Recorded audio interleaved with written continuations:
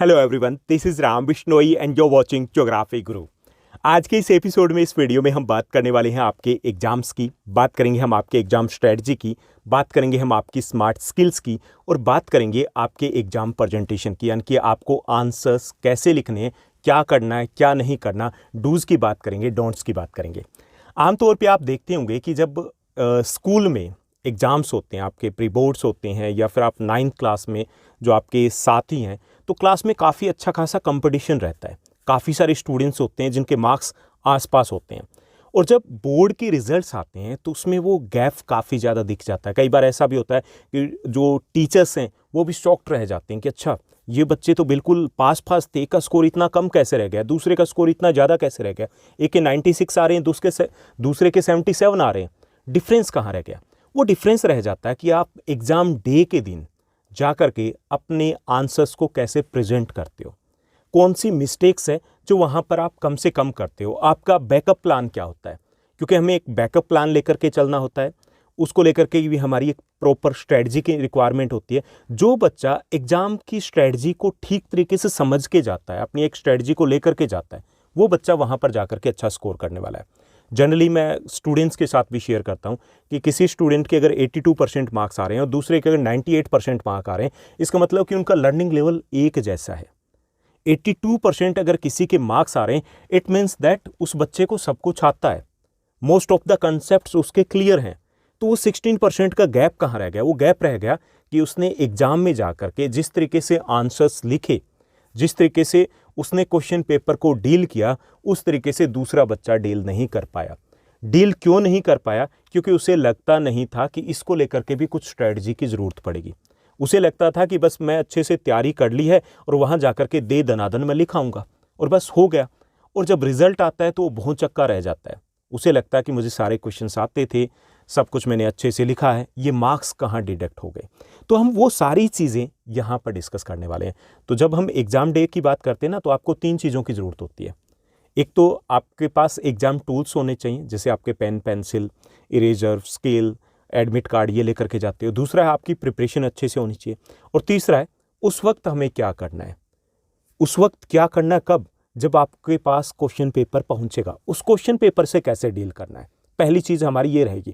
Question paper से जब हमने डील कर लिया, तो उसके बाद आएगा हमें आंसर्स कैसे लिखने हैं, किस टाइप से हमें उन चीज़ों को प्रेजेंट करना है। तो वहाँ पर आपका सारा वो गेम होगा जो आपके एग्जाम रिजल्ट्स के गेम को चेंज कर देगा। ओके, तो लेट्स बिगिन। चलिए शुरुआत करते हैं हम आज के इस एपिसोड की, इस वीडियो की। और सबसे पहले हम बात करेंगे आपके क्वेश्चन पेपर को लेकर के जो स्किल्स रहेगी, यानी कि आपकी एनालिटिकल स्किल्स की, यानी हमें क्वेश्चन पेपर को कैसे डील करना है।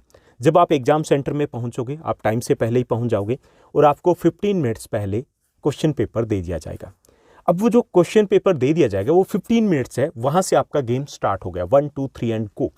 अब उन 15 मिनट्स को कैसे यूटिलाइज करना है वो भी हमें सोच करके जाना होगा। तो जो 15 मिनट्स है हमें 2 टास्क के लिए यूज़ करना है। अब जनरली क्या होगा कि एक बच्चा जिसको क्वेश्चन पेपर मिला वो क्या करेगा? ठीक है, वो क्वेश्चन को देखेगा, अच्छा एमसीक्यूज़ के ऑप्शन देखिए, ये आता है, ये आता है, सेकंड आता है, थर्ड आता है, फोर्थ आता है। ओके, हो गए 15 मिनट्स। आपको क्या करना है कि आपको एमसीक्यूज़ के ऊपर नहीं जाना है। आपको सबसे पहले कहाँ पहुँचना है? जो आपके चॉइस बेस्ड क्वेश्चंस हैं, कहाँ मिलेंगे? लॉन्ग आंसर टाइप क्वेश्चंस मिलेंगे आपको। क्लियर? उसमें आपके पास 2 ऑप्शंस हैं। आपको कोई एक क्वेश्चन करना है, आपको उनको अच्छे से रीड करना है। रीड करने के बाद आपको डिसाइड करना है कि कौन सा क्वेश्चन आपको ठीक से आता है, ज़्यादा बेटर तरीके से आता है। क्लियर? बिल्कुल, यानी कि उसमें अगर डबल पार्ट दिए गए ना, तो दोनों पार्ट को देख लेना कि क्या ये भी आता है, ये भी आता है। तो जो क्वेश्चन आपको अच्छे से आता है उसको डिसाइड करना है, कंफर्म होना है, और उसके ऊपर एक बड़ा सा सर्कल लगा देना है। क्लियर? अब बड़ा सा सर्कल लगा दिया, एक चीज़ हमारी टेंशन खत्म होगी कि हम हड़बड़ी नहीं करेंगे। जनरली क्या होता है कि जब हम 5 मार्कर क्वेश्चन के पास जाते हैं तो उसी वक्त अनाउंसमेंट होती है कि last 40 minutes and last 50 minutes are remaining. हम कंफ्यूज हो जाते हैं, हम रॉन्ग क्वेश्चन को चूज़ कर लेते हैं और वहाँ पर रायता फैल जाता है कई बार। ठीक, तो एक तो हमें यहाँ ये करना है, ये काम आपका 5 मिनट्स में हो जाएगा, 5 to 6 मिनट्स में। दूसरा, जो आपके पास बाकी टाइम बचा उसमें आप क्या करोगे? आप केस स्टडी को देखोगे। केस स्टडी बेस्ड क्वेश्चंस है, केस स्टडी बेस्ड जो क्वेश्चंस है उसमें केस स्टडी को रीड कर लेना, रीड करने से भी मतलब आपका टाइम सेव हो रहा है, क्योंकि आप दूसरी बार रीड करोगे थोड़ा सा फास्ट तरीके से रीड कर पाओगे। दूसरी चीज़ की केस स्टडी के बेस पर आपने जब क्वेश्चन देखा तो आपका माइंड सेट भी हो जाएगा कि हाँ इनके आंसर्स यहाँ पे है, तो क्लियर ना कि यहाँ से भी हम जो 10 मिनट्स है वो एक्चुअली में वहाँ पर हम सेव कर पाएंगे। तो ये 2 चीज़ें हमें करनी है। उसके अलावा हमें एमसीक्यूज़ के ऊपर नहीं जाना है, 2 मार्कर 3 मार्कर क्वेश्चन के ऊपर नहीं जाना है, क्योंकि एमसीक्यूज़ या उनके ऑप्शंस वगैरह हम देखेंगे तो वो तो दोबारा देखने ना जब हमें उनको सॉल्व करना है। क्लियर? तो ये हो जाएगा हमारा कि फर्स्ट 15 मिनट्स को हमें कैसे यूटिलाइज करना है। उसके बाद दूसरी चीज़ जो हमें ध्यान रखनी होती है, सबसे इंपॉर्टेंट होता है सीबीएसई स्टूडेंट्स के लिए, सबसे इंपॉर्टेंट होता है 10th क्लास के स्टूडेंट्स के लिए जो पहली बार बोर्ड एग्जाम दे रहे हैं, बहुत इंपॉर्टेंट होता है उन स्टूडेंट्स के लिए जो 10th क्लास स्टेट बोर्ड से करके आए हैं, 12th क्लास वो सीबीएसई बोर्ड से करें। यहाँ पे जो क्वेश्चन पेपर होता है ना, बड़े अच्छे तरीके से प्रिपेयर किया जाता है। एक बार क्वेश्चन को रीड करो, कई बार समझ में ही नहीं आता कि पूछ क्या रहे हैं। ओके, इवन टीचर भी एक बार अगर उसको रीड करें तो उनको भी दूसरी बार रीड करने की नीड होगी, अच्छा पूछा क्या है। और जो ऑप्शंस दिए होते हैं ना एमसीक्यूज के, ऑप्शंस बड़े क्लोज होते हैं, तो आपको वो क्वेश्चंस की लैंग्वेज को समझना है। ऐसे नहीं कि तुरंत ही कि ठीक है फर्स्ट वर्ड देखा और लग गई, बाद में पता चला अच्छा यार मैं तो ये कराया था, पूछा ये था, गड़बड़ हो गई। अब गड़बड़ हो गई तो उससे पहले ही हमें अलर्ट रहना है कि हम अच्छे से समझ लें, श्योर हो जाएं, कंफर्म हो जाएं कि ये क्वेश्चन में ये चीज़ पूछी गई है, हमें उसका आंसर देना है। दूसरी चीज़ हमें क्या ध्यान रखनी है कि क्वेश्चन को रीड किया, अब उसके ऑप्शन एमसीक्यूज में ऑप्शंस आपके 4 होंगे, तो 4 को आप पेन से लेकर के फर्स्ट का ऑप्शन है, ठीक है, उसको एलिमिनेट करते जाइए कि ये नहीं है, ओके, सेकंड नहीं है, थर्ड लग रहा है ये होगा, फिर भी फोर्थ के ऊपर भी जाना है, फोर्थ को भी आपको देखना है कि क्या कहीं ये तो नहीं कि फोर्थ वाला हो जाए। तो ऐसे सोल्व करना है आपको पूरी तरीके से रीड करने के बाद। दूसरी चीज़ जो आपके 2 मार्कर क्वेश्चन है, जो आपके 3 मार्कर क्वेश्चन है, जो आपके 5 मार्कर क्वेश्चन है, उसमें से 50% क्वेश्चंस में डबल पार्ट मिलेंगे आपको। जैसे डेफिनेशन ऑफ सस्टेनेबल डेवलपमेंट पूछ लिया, उसके बाद 2 सजेशंस आपसे पूछ लिए, ओके, जैसे कोल्स हैं उसके टाइप्स पूछ लिए, डिस्ट्रीब्यूशन पूछ लिया। तो हमें वो दोनों पार्ट को करना है। जैसे अगर आपका सस्टेनेबल डेवलपमेंट पूछा है तो आपका 1 मार्क्स है उसका और 2 मार्क्स उसके सजेशन के हो गए। हमने 1 मार्क के लिए 4 लाइन्स अगर राइट कर दी तो आपको लगा कि भाई काफ़ी है 2 मार्कर के लिए या 3 मार्कर के लिए काफ़ी है। नहीं, आपको वो 2 मार्क्स तो तभी मिलेंगे जब जो पूछा वो आप बताओगे। तो हमें उसी वे से आंसर देना। जो 1 मार्कर है तो हमें 1 मार्क्स के अकॉर्डिंग उसका आंसर देना है। सेकंड पार्ट अगर 2 मार्क्स का है तो उसी के अकॉर्डिंग आंसर देना है। 5 मार्कर में एक आध क्वेश्चन ऐसा भी होता है उसमें 3 पार्ट्स दिए होते हैं, तो हमें वो चीज़ें भी ध्यान में रखनी कि ये नहीं कि एक पार्ट हम स्किप कर दें तो जब अब मार्किंग के लिए आपकी आंसर शीट जाएगी ना तो क्वेश्चन पेपर के साथ साथ उसकी एक मार्किंग स्कीम दी जाती है टीचर को। तो उसको बताया जाता है कि भाई ये 1 मार्क्स का है, ये 2 मार्क्स का है और ये 2 मार्क्स का है, यानी कि ऐसे ये 5 मार्क्स का बना है। तो आपने इन्हीं के ऊपर फोकस कर दिया, वो 2 मार्क्स तो आपके उड़ गए। क्लियर? तो ये हमें ध्यान रखना है कि क्वेश्चंस को हम समझें और अकॉर्डिंगली हमें आंसर देना है। उसके बाद तीसरी चीज़ जो सोशल साइंस में एसएसटी में पर्टिकुलरली इंपॉर्टेंट होती है कि हमें आंसर कैसे देने, पैराग्राफ में दें जैसे हम इंग्लिश में देते हैं, जैसे बाकी सब्जेक्ट में हम दे सकते हैं, या फिर हम पॉइंट्स में दें। तो पहली चीज़ कि एसएस में सोशल साइंस में आपको आंसर्स पॉइंट्स में ही देने होते हैं। ओके, पहला ऑप्शन पॉइंट्स में दीजिए, दूसरा ऑप्शन भी है पॉइंट्स में दीजिए, यानी कि सेकंड ऑप्शन आपके पास पैराग्राफ है ही नहीं। क्लियर? अब ये कि पॉइंट्स में अगर हम दें तो हमें ये भी देखना कि कितने पॉइंट्स लिखें। अब 2 मार्कर जो क्वेश्चन है उसमें कितने पॉइंट्स लिखने, हमें 3 to 4 पॉइंट्स लिखने। ओके, 3 to 4 पॉइंट्स में आंसर देना, 3 to 4 पॉइंट्स, यानी कि 2 में नहीं देना। अगर वो पूछ रहे हैं पर्टिकुलरली मेंशन कर रखा है कि give 2 suggestions, give 3 suggestions minimum. Okay, उसके बाद 3 मार्कर जो क्वेश्चन है उसमें 4 to 5 पॉइंट्स आपको देने हैं। जो 5 मार्कर क्वेश्चन की अगर बात करें तो उसमें आप 6 to 7 पॉइंट्स लिखोगे मिनिमम, 6 to 7 पॉइंट्स। ये ध्यान रखना है कि आपको जो आंसर देने हैं वो किस में देने, वो आप पॉइंट्स में आंसर दोगे। और पॉइंट्स हमें कितने देने कि 2 मार्कर में आप 3 to 4 पॉइंट्स राइट करोगे, 3 मार्कर में 4 to 5 पॉइंट्स राइट करोगे, और 5 मार्कर है उसमें 6 to 7 पॉइंट्स आपको राइट करना है। ठीक, अब इसमें जो पॉइंट्स में राइट करोगे आंसर, उसमें एक चीज़ और ध्यान रखनी है कि जो इंपॉर्टेंट पॉइंट्स हैं वो आपको पहले लिखने हैं। जैसे फर्स्ट जो 2, 3, 4, 5 मार्कर क्वेश्चन है उसमें अगर 7 पॉइंट्स लिख रहे हो तो फर्स्ट जो 3, 4 पॉइंट्स है ना, 1, 2, 3, 4, उन 1, 2, 3, 4 पॉइंट्स में सबसे इंपॉर्टेंट पॉइंट है वो शेयर कर दीजिए वहाँ पर। ऐसे ही जो 3 मार्कर क्वेश्चन है तो फर्स्ट पॉइंट है वो सबसे सॉलिड वाला होना चाहिए। इसी टाइप से आपको लिखना है, क्योंकि अगर आप इंपॉर्टेंट पॉइंट्स पहले मेंशन कर देते हो तो कई बार टीचर को लगता है कि बाकी भी ठीक ही लिखे होंगे, तो आगे वाले पॉइंट्स के ऊपर उतना ज़्यादा जोर फोकस नहीं किया जाता, तो अगर हमारे कुछ लूप होल्स है तो भी वो हाइड हो जाते हैं। क्लियर? तो हमें पॉइंट्स में लिखना है, और पॉइंट्स कितने लिखने हैं वो क्लियर हो गया होगा, और सबसे इंपॉर्टेंट जो पॉइंट्स है वो हमें पहले लिखने हैं। उसके बाद एक और चीज़ करनी है हमें, हम जो आंसर्स लिखेंगे उनमें अंडरलाइन करना है कीवर्ड्स को। ये कब करेंगे? हमें अपनी स्ट्रेटजी के अकॉर्डिंग अगर चलेंगे, जैसे हम टाइम मैनेजमेंट को लेकर के चलेंगे, तो 10 मिनट्स पहले हमारा एग्जाम ओवर हो जाना चाहिए, हो जाएगा आप प्रॉपर स्ट्रेटजी के साथ अगर जाओगे तो उस वक्त जो 10 मिनट्स हमारे पास होंगे उसमें हम क्या करेंगे, हम एक तो वो देखेंगे कि कुछ छूट तो नहीं गया है, और साथ ही साथ पेंसिल से हम इंपॉर्टेंट पॉइंट्स हैं उनको अंडरलाइन कर देंगे। इंपॉर्टेंट पॉइंट्स जो हमें लगता है कि बिल्कुल करेक्ट है, ओके। अगर लगे ना कि डाउटफुल है तो उस पॉइंट को अंडरलाइन नहीं करना है, करेक्ट है, मज़ा आ जाएगा, चेक करने वाले को भी लगेगा कि ये बच्चा कुछ एक्स्ट्रा ऑर्डिनरी है। आपको मार्क्स की अगर गुंजाइश कहीं लगेगी ना कि 5 मार्कर में अगर कुछ मार्क्स कम भी लिखा है तो भी टीचर को लगेगा कि नहीं बच्चा डिजर्विंग है, दे देते हैं, ओके। तो ये हमें करना है। उसके बाद सेक्शन को लेकर के भी एक स्ट्रेटजी आपकी होनी चाहिए कि सेक्शन जो हमें दिए होते हैं ABCDEFG, कौन सा सेक्शन पहले करें। काफ़ी सारे स्टूडेंट्स है इसको लेकर के कि चलिए 5 मार्कर से शुरू कर लेते हैं, चलिए 2 मार्कर से शुरू कर लेते हैं, चलिए 3 मार्कर को लेकर के शुरू कर लेते हैं।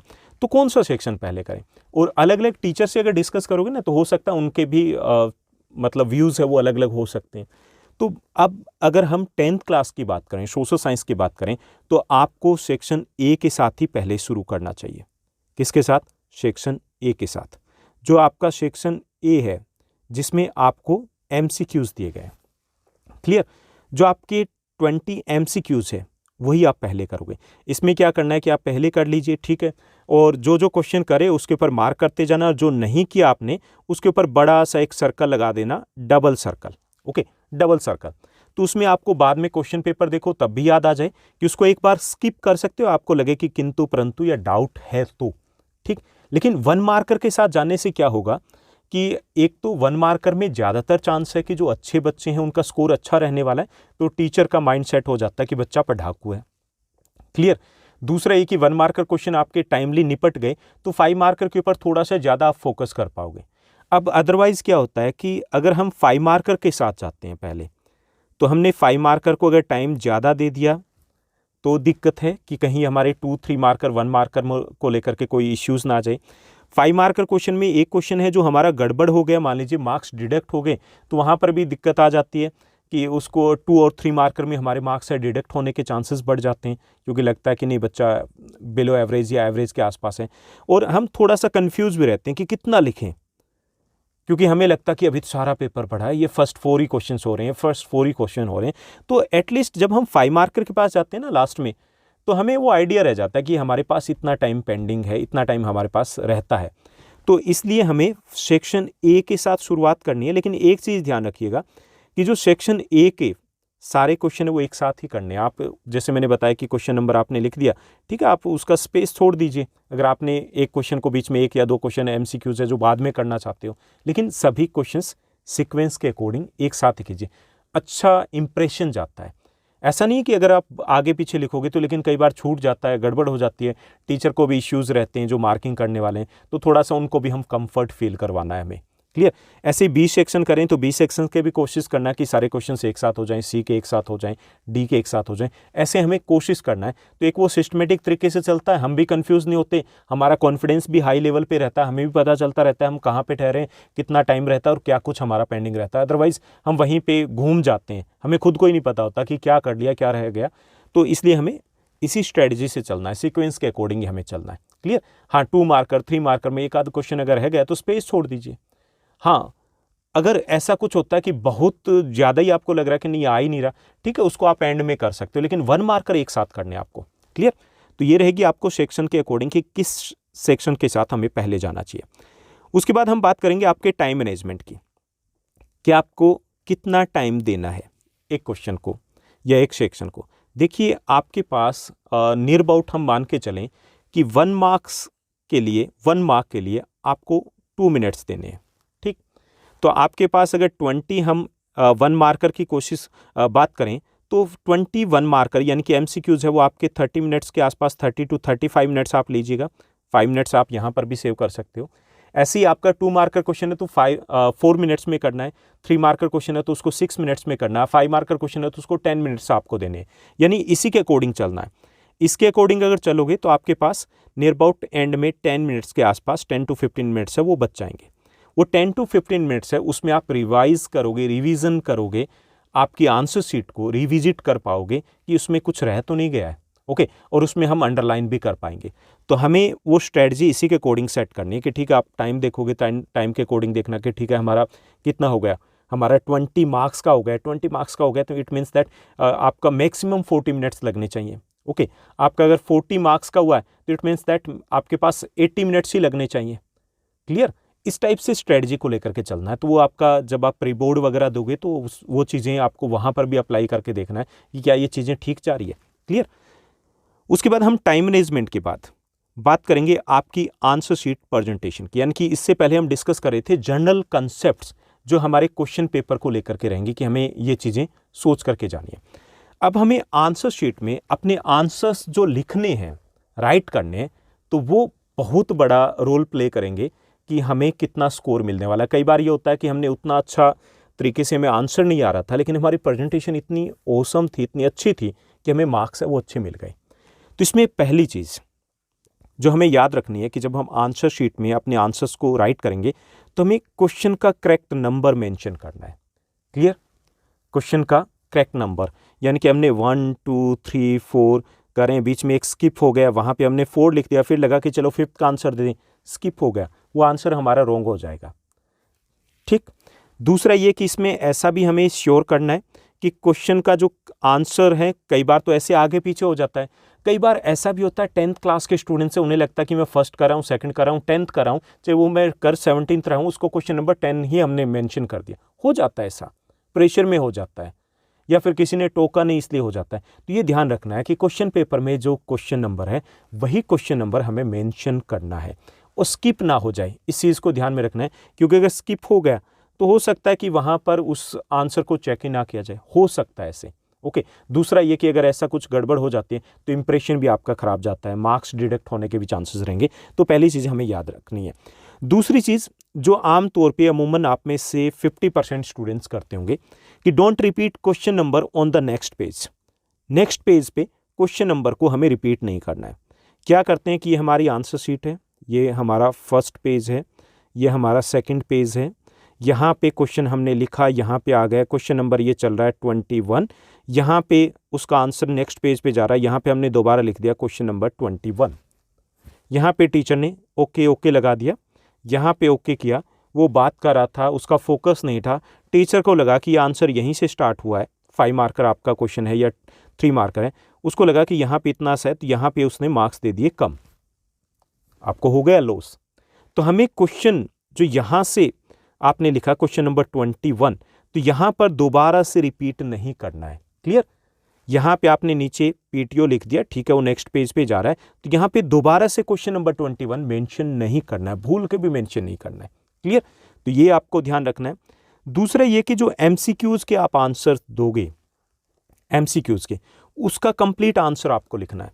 जैसे ए लिख दिया आपने, ओके, बी लिख दिया, ऐसा नहीं करना है, आपको ए भी मेंशन करना है और उसका कंप्लीट जो आंसर है वो भी मेंशन करना है। अगर आपने कंप्लीट आंसर लिख दिया और ए नहीं लिखा तो ये भी आपकी गड़बड़ है, क्योंकि यहाँ पे अगेन देखिए कि टीचर जो मार्किंग करेगा वो आंसर देख करके आपको मार्क्स तो दे देगा, इसी के अकॉर्डिंग मिलने हैं मार्क्स, लेकिन जब उसको मिलेगा कि ठीक से ऑर्डर में नहीं है तो वहाँ पे अगेन उसका जो माइंड सेट है वो ये हो जाएगा कि बच्चा एवरेज है या फिर इस टाइप से, तो आपको फिर वो मार्क्स 5 मार्कर में जा करके लॉस हो जाता है, जहाँ पे वो हो सकता है आपको 5 में से 5 देना है, उसको लगा कि 3.5 हो गया, 4 हो गया, तो वहाँ पर जो एडवांटेज आप ले सकते हो इम्प्रेस करके वो यहाँ पर आप खो दोगे। तो आपको MCQs के जो आंसर दोगे उसमें आपको ABC मेंशन करोगे और कंप्लीट आंसर को भी आपको राइट करना है, तो ये आपको ध्यान रखना है। इसके अलावा आपको हर जो क्वेश्चन आप लिखोगे, कोई भी क्वेश्चन लिखोगे तो उसके बीच में इन बिटवीन आपको 2 ब्लैंक लाइंस, यानी कि आपने सेकंड क्वेश्चन कर लिया, यहाँ पे एक क्वेश्चन की एक लाइन छोड़ दी, यहाँ से आपने आंसर मेंशन किया, आंसर आपका आ गया, उसके बाद 2 ब्लैंक लाइन आपके आंसर के बाद आपको छोड़नी है। क्लियर? 2 blank line. अब जो MCQs करोगे तो वहाँ पे आप एक लाइन छोड़ सकते हो, लेकिन मिनिमम 1 लाइन तो वहाँ पर भी आपको ब्लैंक छोड़नी है। और जो आपके 2 मार्कर है, 3 मार्कर हैं, 5 मार्कर है, तो वहाँ पे मिनिमम 2 लाइन से आपको ब्लैंक छोड़नी है। तो इस चीज़ का हमें ध्यान रखना है। इसके साथ साथ आपको क्या करना है कि जो लास्ट जो आपके 2 और 3 मार्कर क्वेश्चन है, एक और चीज़ बहुत इंपॉर्टेंट है ये आपके लिए, कि जो 2 और 3 मार्कर क्वेश्चन है उनको 2 पेजेस पे राइट ही नहीं करना। जैसे हमने अभी बात की थी कि आपने यहाँ से एक क्वेश्चन लिखा, आपका 2 मार्कर क्वेश्चन है, भाई 2 लाइनें यहाँ लिख दी, 1 लाइन यहाँ लिख दी। 3 मार्कर क्वेश्चन है, 3 लाइन्स यहाँ लिख दी, 1 लाइन यहाँ लिख दी। ऐसा करना नहीं है हमें। ओके, अगर आपको लगे ना कि यहाँ पे 3 लाइन्स ही रहती है, आंसर नहीं आएगा, तो फिर इसका क्या किया जाए, इस पेज का हम क्या करें। तो यहाँ पे आपको बड़ा सा PTO लिख देना है। क्या लिख देना है? PTO, बड़ा सा, प्लीज़ टर्न ओवर, कृपया पेज पलटिए, और यहीं से आप स्टार्ट कीजिए। तो आपको जो 2 और 3 मार्कर क्वेश्चन है उनको आपको 2 पेजेस पे नहीं लिखना है। यानी कि अगर आपको लगता है कि नीचे स्पेस कम है तो आप नेक्स्ट पेज पे ही मूव कर जाओगे। क्लियर? ये आपको ध्यान रखना, PTO लिख दीजिएगा वहाँ पर। ऐसे ही जो आपका 5 मार्कर क्वेश्चन है उसको कोशिश कीजिएगा कि आप फ्रेश पेज से स्टार्ट करो अगर वहाँ पर स्पेस कम है। यानी कि अगर जैसे वो सेम कंडीशन अप्लाई होगी कि अगर 3-4 लाइन्स वहाँ रहती है तो आप उन 3-4 लाइन से स्टार्ट नहीं करोगे। 5 मार्कर क्वेश्चन को आप नेक्स्ट पेज से स्टार्ट करोगे, आपको वहाँ पर PTO लिख देना है। क्लियर? नेक्स्ट पेज से जाइए, क्योंकि कई बार ये होता है कि आपने वहाँ से स्टार्ट किया, 4 लाइनें वहाँ रह गई, कुछ नेक्स्ट पेज पे चली गई, अगले पेज पे 2 लाइनें आ गई, और उसमें जा करके आपको 5 मार्कर जैसा दिख नहीं रहा है, वहाँ पे 5 की बजाय आपको 4 मार्क्स मिल गए, और ऐसे अगर 4 मार्क्स मिले तो आपको 2-3 मार्क्स का लॉस हो गया। तो ये भी हमें ध्यान रखना है कि हमें जो 5 मार्कर क्वेश्चन है ट्राई करना है कि हम नेक्स्ट पेज पे ही स्टार्ट करें, फ्रेश पेज के ऊपर, अगर स्पेस वहाँ पे कम है। जो लॉन्ग आंसर टाइप क्वेश्चंस हैं वहाँ पे हमें हेडिंग्स को यूज़ करना है। ओके, हेडिंग इजीली आप जब अगर पॉइंट्स लिख रहे हो तो हेडिंग्स आपको पता है, हेडिंग लिखोगे तो उसमें क्या बेनिफिट होंगे। यहाँ पे आपने लिख दिया, जैसे फर्स्ट पॉइंट लिख दिया, आप किसी भी चीज़ के बारे में, एग्रीकल्चर के बारे में लिख रहे हो, आप किसी क्रॉप के बारे में लिख रहे हो, तो क्रॉप के बारे में आपने लिख दिया यहाँ पे सॉइल, कि कैसी सॉइल चाहिए, उसको आपने अंडरलाइन किया। फिर यहाँ से नेक्स्ट लाइन से आपने स्टार्ट किया। तो इससे क्या एडवांटेज होगा कि जो सॉइल एक वर्ड लिखा आपने उठाए तो इसी लाइन में से, इससे आपकी एक लाइन एक्स्ट्रा बन गया। आप 6 पॉइंट्स लिख रहे हो तो 6 लाइन एक्स्ट्रा हो गई। दूसरा, जब आप हेडिंग लिखोगे तो एक लाइन बीच में सेकंड पॉइंट स्टार्ट करने से पहले आप ब्लैंक छोड़ोगे। यानी कि आपके जो 7 पॉइंट्स आप लिखने वाले थे, 7 पॉइंट से हेडिंग से कितने हो गए, 7 हेडिंग्स हो गई, 14 लाइन्स हो गई, और एक लाइन आप बीच में ब्लैंक छोड़ने वाले हो तो 21 लाइन हो गई। यानी कि है आपका कंटेंट उतना ही है, लेकिन उसकी प्रेजेंटेशन के कारण वो क्वेश्चन इतना लेंथी हो गया कि आपको मार्क्स डिडक्ट होने के चांसेस खत्म हो जाते हैं। ओके, तो 5 मार्कर में हमें हेडिंग ही लिखनी है, और हेडिंग को अंडरलाइन करोगे, अंडरलाइन, सिंगल अंडरलाइन उसी सेम पेन से कर दोगे, और नेक्स्ट लाइन से हमें आंसर यहाँ से स्टार्ट करना, और उसके बाद बीच में हम एक ब्लैंक लाइन छोड़ देंगे। तो इस टाइप से आपको चीज़ें लेकर के चलनी है, ताकि 5 मार्कर में आपका कंटेंट या आपके पास अगर आंसर ज़्यादा लेंथी नहीं है, डिटेल में नहीं है, तो भी चांसेस रहेंगे कि आपको मार्क्स है वो पूरे मिल पाएँ। इसके साथ साथ जो हम 5 मार्कर या 3 मार्कर में पॉइंट्स लिखेंगे तो आपको साइन यूज़ करो तो वो बेटर रहेगा नंबर की बजाय। जैसे आप उसमें इस टाइप से यूज़ कर सकते हो, आप इस टाइप से आपने यूज़ कर लिया, आपने इस टाइप से यूज़ कर लिया, आपने ABCD कुछ यूज़ कर लिया, वो अगर यूज़ करते हो तो ज़्यादा बेटर रहता है। क्योंकि कई बार माइंडसेट ये होता है कि अच्छा 5 मार्कर क्वेश्चन है, और कोई टीचर है वो ये एक्सपेक्ट करके बैठा है कि अच्छा जी 5 मार्कर में तो 8 पॉइंट्स होने चाहिए मिनिमम, बस माइंडसेट करके बैठा है टीचर। आपने 6 लिखे, बड़े अच्छे से लिखे, लेकिन उसे लग रहा है कि नहीं 1 पॉइंट तो ज़्यादा होना चाहिए था, क्योंकि आपसे पहले जो 2 या 3 आंसर शीट चेक हुई थी उसमें उन्होंने ऐसे लिखा था। अब आपको लॉस हो गया उन 2-3 स्टूडेंट्स के कारण या फिर उस टीचर के माइंडसेट के कारण। तो इससे बेटर ये कि हम ABCD यूज़ करें, ABCD इस टाइप से यूज़ करें, तो उसमें कई बार वो काउंटिंग ऐसा होता है ना, एकदम से हम पुल एंड पुश में कन्फ्यूज हो जाते हैं। तो ABCD F है तो E 5th है या F 6th है, वो ध्यान में नहीं रहता। तो हम इस टाइप से चीज़ें यूज़ कर सकते हैं ताकि वो हम काउंटिंग या हम शो ना कर पाएँ जहाँ पर हमें लगे कि हमारे पॉइंट्स कम बन रहे हैं, तो वहाँ पर पर्टिकुलरली आपको ये स्ट्रेटजी अपनानी है। उसके बाद आपको जब भी क्वेश्चन आपका ओवर हो जाए उसके नीचे एक पेंसिल से लाइन है वो ड्रॉ कर देनी है। जैसे यहाँ से ये आपके आंसर शीट है, इसमें आपका एक क्वेश्चन यहाँ पे एंड हो गया, तो यहाँ पे आप पेंसिल से एक लाइन ड्रॉ कर सकते हो। अच्छा लगेगा, इंप्रेशन अच्छा जाएगा। सेकंड क्वेश्चन और हो गया, उसके बाद एक लाइन ड्रॉ कर दीजिए पेंसिल से। तो ऐसा अगर करते हो तो वो भी एक स्ट्रेटजिक पार्ट रहेगा कि आप इंप्रेस कर पाओ जो चेकर रहेगा उसको। आपको फ्लो डायग्राम या फ्लो चार्ट या डायग्राम है, माइंड मैप है, वो भी आप यूज़ कर सकते हो अच्छे स्कोर के लिए। कहाँ कहाँ यूज़ करना है ये मैं आपको बता देता हूँ कि आपको जो फर्स्ट 3 मार्कर क्वेश्चन होगा, पहला जो 3 मार्कर क्वेश्चन होगा, एक तो उसमें यूज़ करना है, और 5 मार्कर क्वेश्चन में आप 2 ऐसे, एक तो कई बार ऐसा क्वेश्चन मिल जाता है हमें कि वो 5 मार्कर में दिया गया है लेकिन एग्जैक्टली वो 5 मार्कर बन ही नहीं रहा, हमारे पास उतना कंटेंट ही नहीं है। ओके, तो ऐसे क्वेश्चन में क्या करेंगे हम, वहाँ पर फ्लो डायग्राम या फिर फ्लो चार्ट है वो हम यूज़ कर सकते हैं। जैसे अब अगर पूछा गया है उसमें कोल पूछा गया है, कोल का डिस्ट्रीब्यूशन पूछा गया है, ठीक है, डिस्ट्रीब्यूशन 3 मार्कर में पूछा गया, तो हम वहाँ पे कोल लिख दिया और कोल के टाइप्स लिख दिए, ठीक, कोल के टाइप्स हमने कर दिए। अब एक तो 4-5 लाइनें हमने कवर कर ली है पेंसिल से बनाओगे, और एक ये कि हमें वो चांसेस जो हमें लग रहा था कि हमारे पास इतनी डिटेल नहीं है वो कवर अप हो गया। ऐसे ही 5 मार्कर में आप कहीं पे फ्लो डायग्राम में, यानी कि जनरल सी जो चीज़ें आपको पता है, उसके टाइप्स पता है, या आपने जो पॉइंट्स लिखे हैं, पॉइंट्स लिखे ना, तो वो पॉइंट्स से आप लिख दो वहाँ पर, आपने वहाँ पे बना दिया कि जैसे अभी हम बात कर रहे थे कि required conditions for the crop of wheat लगा लीजिए, तो वीट के लिए तो आप यहाँ पे मोटे तौर पे लिख सकते हो। जैसे आपने यहाँ पे सोयल लिखा तो उसके आगे आपने ऐसे कर दिया, और सोयल के आगे आपने यहाँ पे लिख दिया एलुवियल सोयल, यहाँ पे टेम्परेचर लिख दिया। तो ऐसे करके आप ये पॉइंट्स के थ्रू आप एक अगर फ्लो चार्ट या फ्लो डायग्राम बना देते हो तो वहाँ पर भी आपके चांसेस थोड़े से और ज़्यादा हो जाते हैं, क्योंकि ऐसे कौन बच्चे करेंगे।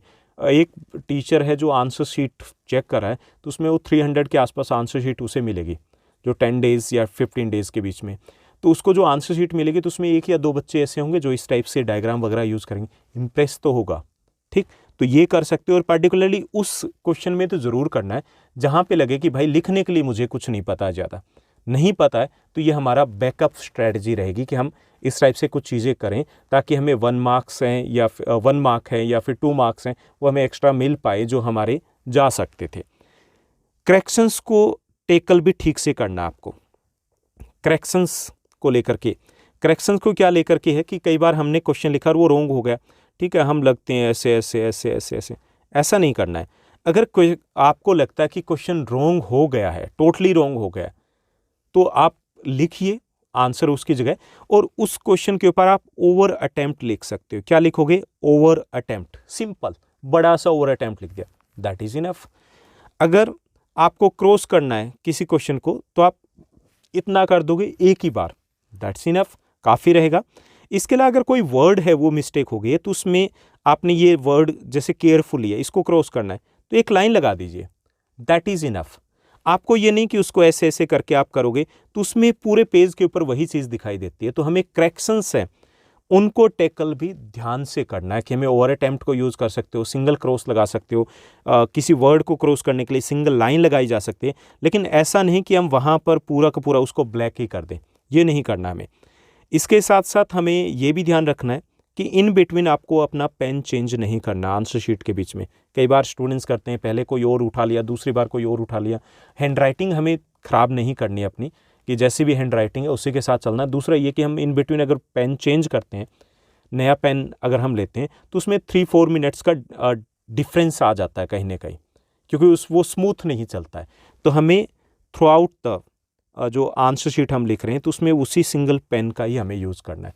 तो हमें ऐसा नहीं कि बार बार चेंज करते रहें, तो वो कई बच्चों को लगता है कहीं पे ये पेन यूज़ कर लिया, उसके बाद ये पेन यूज़ कर लिया, तो वो चीज़ें नहीं करनी है। बच्चों जैसी हरकतें नहीं करनी है, हो बच्चों, लेकिन करनी नहीं है हमें ऐसी हरकतें। Don't leave any question unattempted, हमें किसी भी क्वेश्चन को छोड़ के नहीं आना है। कोई क्वेश्चन नहीं आता है, हो सकता है नहीं आता है, वो है आपके एनसीईआरटी में से, है आपके चैप्टर में से, उस चैप्टर से रिलेटेड जो कुछ भी आपको पता है, कुछ भी पता है, वो लिखाना।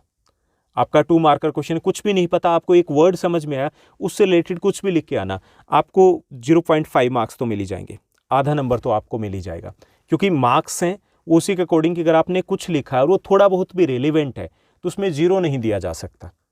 यानी कि जो चेकर होते हैं तो उनके पास ये भी इंस्ट्रक्शंस होते हैं कि if anybody has written something you can't give 0, थोड़ा सा भी रेलिवेंट है तो हम 0 नहीं देते हैं। तो तो ये ध्यान रखना है कि आपको कोई भी क्वेश्चन है वो अनअटेम्प्टेड छोड़ के नहीं आना। 5 मार्क का क्वेश्चन है तो कोशिश करो कि उसको जितना लंबा खींच सकते हो, जो भी आपको रिलेटेड इन्फॉर्मेशन पता, आपको पता है कि एग्जैक्टली कुछ और पूछा है, कोई बात नहीं, लिख के आ जाइए, खाली छोड़ने से वो चीज़ें बेटर रहेगी। तो ये हमें ध्यान रखना है जब हम अपने आंसर्स को वहाँ पर राइट करेंगे। अब बात आती है आपके मैप वर्क स्ट्रेटजी की, यानी मैप वर्क है वो भी हमारी एसएसटी का, सोशल साइंस का एक इंपॉर्टेंट पार्ट रहेगा। मैप वर्क को लेकर के हमें क्या तैयारी करनी है? एक तो ये कि मैप वर्क के लिए पहले से तैयारी करनी होगी। मैप वर्क हमारा लगभग 3-4 मिनट्स की ये एक्टिविटी होती है, 3-4 मिनट का टास्क होता है, और ये मार्क्स बड़े कन्फर्म वाले होते हैं, मतलब जिनको जनरली ये बोलते हैं कि भाई फ्री के मार्क्स हैं, फ्री के मार्क्स ही होते हैं एग्जैक्टली। अगर आप ठीक से प्रिपेयर करके जाते हो, आपको जो सिलेबस दिया गया है सिलेबस के अकॉर्डिंग लेकर के बैठिए। हिस्ट्री में से हमारे टोटल 8 पॉइंट्स दिए गए, उन्हीं में से 2 पॉइंट्स आने, मतलब आपके 10 मिनट का टास्क है। ऐसे ही आपका जो जियो में है तो इतने सारे पॉइंट्स नहीं है, बहुत कम पॉइंट्स दिए गए। प्रैक्टिस करनी है आपको, उनको लर्न नहीं करना। Don't learn, do practice. क्योंकि अगर हम लर्न करते हैं, वहाँ मैप मिलता है ना हमें, हम कंफ्यूज हो जाते हैं कि अच्छा नागपुर यहाँ भी है, यहाँ भी, यहाँ भी, यहाँ भी, कहाँ पे लगाएं हम नागपुर। तो वो प्रैक्टिस करके जाना, यानी कि आपकी मैप वर्क है उसकी थ्राइस प्रैक्टिस हो जानी चाहिए, तो वहाँ जा कर के आप ठीक तरीके से उनको लोकेट कर पाओ। और उसको जब आप लोकेट करोगे ना, तो उसके लिए आपको इस टाइप से ट्रायंगल का यूज़ करो तो बेटर है, क्योंकि थोड़ा बहुत पॉइंट है इधर हो गया उधर हो गया, तो बेटर ये है कि नहीं हम ट्रायंगल ही वहाँ पे यूज़ करेंगे, तो कहीं तो कोना टच होगा ना, उतने में हमें मार्क्स मिल जाएगा। और वहाँ पे आंसर कैसे देने आपको, जैसे आपसे ए पॉइंट पूछा गया तो उसके आगे आप ए भी लिखिए और उसके बाद उसका आंसर क्या वो पूरा लिखिए। ये नहीं कि यहाँ पे ए लिख दो, ये नहीं कि ए नहीं लिखो, आप यहाँ पे ए की बजाय आपने आंसर लिख दिया, तो वो प्रॉपर तरीके से आपका आंसर होना चाहिए। जैसे आपका 37 ए का ये आंसर है, 37 ए का है तो 37 ए लिखिए, 37 बी है 37 बी का लिखिए, तो वो क्लियर आपका होना चाहिए। दूसरा ये कि कई सारे स्टूडेंट्स ऐसा करते हैं कि ठीक है मैप वर्क में दिया है और उसका आंसर लिख करके आ गए। आंसर देने के कोई भी मार्क्स नहीं होते मैप वर्क में, क्योंकि वो मैप वर्क स्किल्स है आपकी। तो आंसर अगर आप अपनी आंसर शीट पे लिख के आ रहे हो तो उसके मार्क्स नहीं मिलने वाले। मार्क्स कब मिलेंगे? जब आप उनको मैप के ऊपर लोकेट करने वाले, उनको लेबल करने वाले हो। तीसरी चीज़ कि मैप्स के रिगार्डिंग जो 10th क्लास के स्टूडेंट्स हैं वो कंफ्यूज रहते हैं, 12th वाले भी कई बार इस टाइप की मिस्टेक कर देते हैं। वो मिस्टेक क्या करते हैं कि आपके जो 10th क्लास का सोशल साइंस का रहेगा उसमें क्या रहता है कि आपको 37 ए और बी दिए होते हैं, साथ ही साथ एक और चीज़ दी होती है, वो क्वेश्चन दोबारा रिपीट होते हैं। 37 जो क्वेश्चन नंबर है वो रिपीट होता है। अब उसको प्री बोर्ड में हो सकता है आपने वो मिस्टेक की हो या फिर ध्यान रहा हो, उसमें हमने जो क्वेश्चन दोबारा दिए गए उसमें सिर्फ क्वेश्चन दिए गए हैं, आंसर देने। वो किसके लिए होते हैं? वो ब्लाइंड कैंडिडेट्स के लिए होते हैं जो देख नहीं सकते, दृष्टिबाधितों के लिए होता है। तो ये बड़ी आंखें खोल करके आपको देखना है कि ये जो पहले दिया गया 37 ए और बी, यही आपके लिए है। वो जो नेक्स्ट दिया गया है वो फॉर ब्लाइंड कैंडिडेट्स ओनली, उनको सॉल्व करके मत आ जाना, ठीक? वो ध्यान रखना है, बहुत अच्छे तरीके से ध्यान रखना है, कहीं गड़बड़ हो जाए कि भाई आता तो था, कंफ्यूज हो गए वहाँ जा करके, तो वो कन्फ्यूज़न है वो यहीं से क्लियर कर लेना आप। एक मैप को अच्छे से अपनी आंसर शीट में अटैच करना है, बाहर वो विजिबल नहीं होना चाहिए, श्योर कर लेना है कि वो आंसर शीट से बाहर ना निकले। ओके, तो ये सारी चीज़ें आपको ध्यान रखनी है। अगर आप इन चीज़ों को, इन टिप्स को अगर फॉलो करोगे तो 100% श्योर हूँ कि आपका स्कोर बहुत अच्छा रहेगा और आपका एक बैकअप स्ट्रेटजी भी आपके पास रहेगी और आपके जो मार्क्स डिडक्ट होने के चांसेस हैं वो चांसेस मिनिमम रहेंगे। ओके, इसके साथ साथ और भी बहुत सारी वीडियोस मैं आपके लिए लेकर के आने वाला हूँ। एक वीडियो आपको कल मिलने वाली है कि हम एसएसटी के रिवीजन शेड्यूल को आपके साथ शेयर करने वाला हूँ कि 17 डेज़ में या फिर 34 आवर्स में आप सोशल साइंस के कंप्लीट सिलेबस को कैसे रिवाइज कर सकते हो without disturbing the schedule of other subject, यानी कि बाकी सब्जेक्ट की रिवीजन चलती रहे और हमें 17 डेज़ में अपना सिलेबस अच्छे से करना है। तो हम कैसे करेंगे? तो वो एक प्रॉपर प्लानिंग रहेगी कि हमें कब किस दिन क्या करना है, किस टाइम पढ़ना है, पर डे कितना टाइम लगाना है, कितने सेशन लगाने, वो सारी चीज़ें आपके लिए रहेगी। और वो जो वीडियो रहेगा वो आपके लिए बहुत इंपॉर्टेंट रहेगा। उसमें हम स्ट्रेटजी में एक तो हमारी बोर्ड एग्ज़ाम से पहले का रिवीजन कैसा रहे उसके लिए डिस्कस करेंगे और उसी के ऊपर डिपेंड करेगा कि अगर आपका रिस्पॉन्स अच्छा रहता है, आपको लगता है कि हाँ स्ट्रेटजी बहुत हेल्पफुल है, तो हम इन बिटवीन जो आपका ब्रेक रहेगा बोर्ड एग्जाम्स के बीच में, तो उसमें हमें रिवाइज कैसे करना है तो वो भी मैं आपके साथ शेयर करूंगा। आज के लिए बस इतना ही। Thank you, bye bye, have a nice day.